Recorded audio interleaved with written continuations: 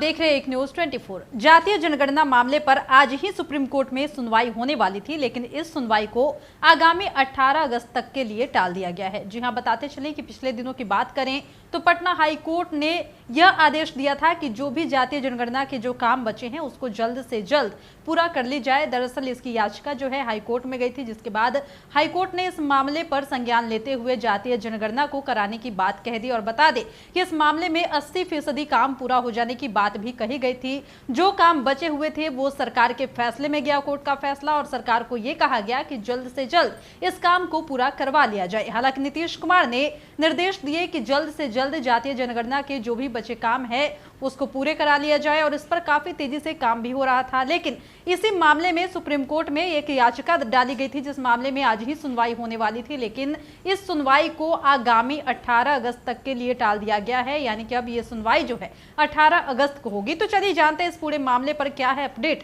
आखिर क्या कुछ ऐसा मामला हुआ कि सुप्रीम कोर्ट में आज सुनवाई होनी थी लेकिन मामले को आगे बढ़ा दिया गया है। जातीय गणना पर सोमवार को सुप्रीम कोर्ट में सुनवाई टल गई है, और बता दें कि अब 18 अगस्त को इससे जुड़ी सभी याचिकाओं पर सुप्रीम कोर्ट में सुनवाई होगी। पिछले सप्ताह सुप्रीम कोर्ट ने पटना हाई कोर्ट के फैसले पर रोक लगाने से मना कर दिया था।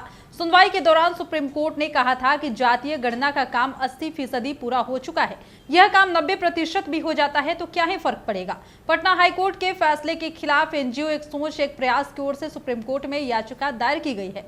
हाई कोर्ट के फैसले के बाद सरकार ने जातीय गणना का बचा हुआ काम पूरा करने के आदेश भी दिए थे।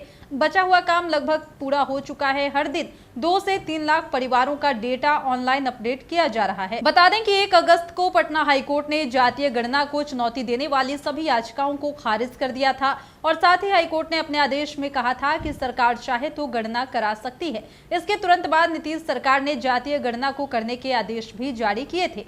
सरकार ने सभी डीएम को आदेश दिया कि हाईकोर्ट के फैसले के आलोक में जातीय गणना के बचे काम को पूरा कर लिया जाए। पिछले 1 सप्ताह से यह काफी तेजी से हो भी रहा है। पटना जैसे बड़े जिले का काम लगभग पूरा होने वाला है। दरअसल पटना जिलाधिकारी की रिपोर्ट के अनुसार 13.59 लाख परिवारों में से 10,63,040 परिवारों का डेटा BIJAGA ऐप पर एंट्री कर दी गई है, साथ ही सिंक्रोनाइज भी किए गए हैं। जिले का 77.65% डाटा एंट्री का कार्य भी पूरा हो चुका है। राज्य के मुख्यमंत्री नीतीश कुमार के अनुसार बिहार सरकार जातीय गणना नहीं, सिर्फ लोगों की आर्थिक स्थिति और उनकी जाति से संबंधित जानकारी लेना चाहती है, जिससे कि उनकी बेहतरी के लिए योजना भी बनाई जा सके।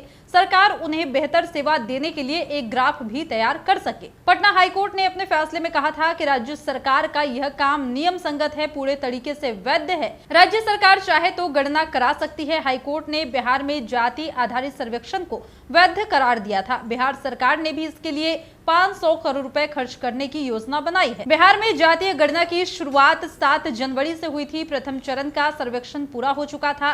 इसके बाद दूसरे फेज का काम 15 अप्रैल से शुरू किया गया था। दूसरा चरण का काम 15 मई तक चलता, लेकिन 4 मई को पटना हाई कोर्ट ने इस पर अंतरिम रोक लगा दी। भारत में सबसे पहले जातीय जनगणना 1931 में हुई थी। 1941 में भी इसका डेटा इकट्ठा किया गया, लेकिन इसे सार्वजनिक नहीं किया गया। 2011 में जातीय और सामाजिक आर्थिक गणना हुई, लेकिन कई विसंगतियों के चलते इसके आंकड़े जारी नहीं किए गए। यानी कि आप साफ तौर पर सुन पा रहे हैं कि जाति जनगणना मामले में एक नया मोड़ आ गया है, जहां पर सुप्रीम कोर्ट में एक बार फिर से याचिका दायर की गई है। दरअसल हुआ यूं था कि पटना हाई कोर्ट ने इस मामले पर अपना फैसला सुनाया था, जहां यह कहा गया था कि सरकार चाहे तो बचे हुए जातीय जनगणना के जो भी काम है उसे पूरा करा सकती है, और इसके लिए पिछले 1 हफ्ता से तेजी से भी काम हो रहा था। लेकिन आज ही जो दायर याचिका थी उस पर सुनवाई होने वाली थी, लेकिन सुप्रीम कोर्ट ने इस याचिका को फिलहाल नहीं सुना है, इस पर रोक लगाई है, और इसकी जो अगली तारीख है 18 अगस्त तय किया है। यानी कि अब उसी दिन पता चल पाएगा कि इस मामले में जब हाई कोर्ट ने फैसला सुना दिया है तो फिर सुप्रीम कोर्ट इस मामले पर क्या कुछ कहती है। फिलहाल इस वक्त की खबर में इतना ही, और भी ऐसे ही तमाम वीडियो अपडेट्स के लिए बने रहिए हमारे साथ और देखते रहिए हमारा चैनल एक न्यूज 24। हमारे चैनल को लाइक कीजिए, सब्सक्राइब कीजिए, कमेंट कीजिए। हमारे वीडियोज पसंद आते हैं तो शेयर जरूर कीजिए। धन्यवाद।